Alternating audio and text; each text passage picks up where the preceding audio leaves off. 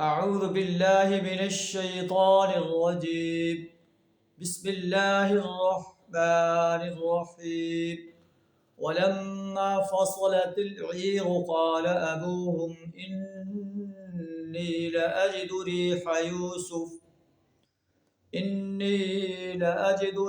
يوسف لولا أن تفندون صدق اللہ العظیم۔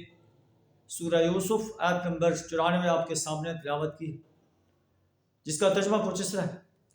جب قافلہ روانہ ہوا، یوسف علیہ السلام نے اپنے بھائیوں کو غلہ دے کر بھیجا، اپنی قمیص دے کر بھیجی کہ میرے والد کے چہرے پہ لگاؤ، اس کی بصارت لوٹ آئے گی۔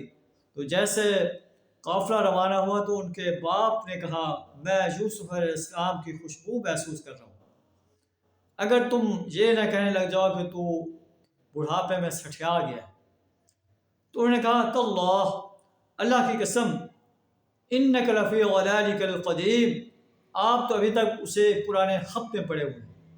لیکن یہ بات سچی نکلی، اور جب خوشخبری دینے والا یوسف علیہ السلام کے باپ کے پاس آیا، اس کے چہرے پر قمیص ڈالی، فرتد بصیرا، آپ کی بصارت لوٹ آئی۔ آپ نے کہا میں نے تمہیں نہیں کہا تھا انی اعلم من اللہ ما لا تعلمون، میں اللہ سے وہ کوئی جانتا ہوں جو تم نہیں جانتے۔ تو بیٹوں نے کہا یا ابا نستغفر لنا ذنوبنا انا کنا خاطئین، اے ابا آپ ہمارے لیے بخشش کی دعا کریں، ہم خطا کار تھے۔ آپ نے کہا میں تمہارے لیے بخشش کی دعا کرتا ہوں اپنے رب سے، بے شک وہ بخشنے والا بڑا مہربان ہے۔ پھر وہ سب جو ہے روانہ ہو جاتے ہیں، یوسف علیہ السلام کے پاس پہنچتے ہیں۔ جب وہ داخل ہوتے ہیں، فلما دخلوا علی یوسف آویٰ الیہ ابویہ، تو انہوں نے اپنے والدین کو جو ہے اپنے ساتھ بٹھا لیا، اور باقی کنبے والوں کو کہا ادخلوا مصر انشاء اللہ آمنین، چلو اس مصر میں انشاءاللہ تم امن و چین سے رہو گے۔ یہ ہے جواب کہ بنی اسرائیل مصر میں کیسے آئے۔ پھر آپ نے اپنے والدین کو اٹھا کر اپنے تخت پر بٹھایا، وَخَرُّوا لَهُ سُجَّدًا، اور سب اس کے آگے بے اختیار سجدے میں جھک گئے۔ یہ نہیں کہ اس کو سجدہ کیا اپنا رب مانا، بلکہ ایک ادب کے ساتھ، ادب کا انداز تھا کہ ان کے سامنے جھک گئے۔ اور آپ نے فرمایا یا ابت ھذا تأویل رؤیای من قبل، اے بجان یہ تعبیر ہے میرے اس خواب کی جو میں نے پہلے دیکھا تھا۔ اللہ نے اسے سچا کر دکھایا، اللہ نے مجھ پر احسان کیا، مجھے جیل سے نکالا، اور تمہیں جو ہے صحرا سے لا کر میرے ساتھ ملا دیا، اس کے بعد کہ شیطان نے میرے درمیان اور میرے بھائیوں کے درمیان جو ہے فساد ڈلوا دیا تھا۔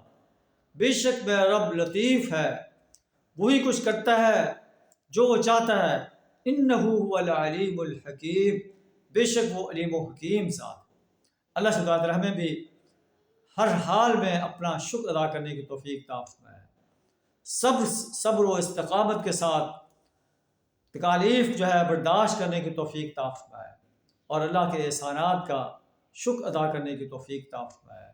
یہ واقعہ بیان فرما کر اللہ کفار مکہ کو بتا رہا ہے کہ تمہارا طرز عمل بھی نبی صلی اللہ علیہ وسلم کے ساتھ ویسا ہے جیسے یوسف علیہ السلام کے بھائیوں کا طرز عمل تھا، لیکن جیسے اللہ نے یوسف علیہ السلام کو کامیاب فرمایا، اسی طرح اللہ محمد الرسول اللہ صلی اللہ علیہ وسلم کو بھی کامیاب فرمائے گا۔ اور جیسے یوسف علیہ السلام کے بھائی اس کے سامنے درخواست کر رہے تھے تصدق علینا، اسی طرح تم بھی نبی صلی اللہ علیہ وسلم کے سامنے کھڑے ہو کر معافی کی درخواست کرو گے۔ اور پھر ہجرت کے ٹھیک 8 سال بعد انسانیت نے دیکھا کہ وہی کفار مکہ جنہوں نے نبی صلی اللہ علیہ وسلم کو مکہ سے نکالا تھا،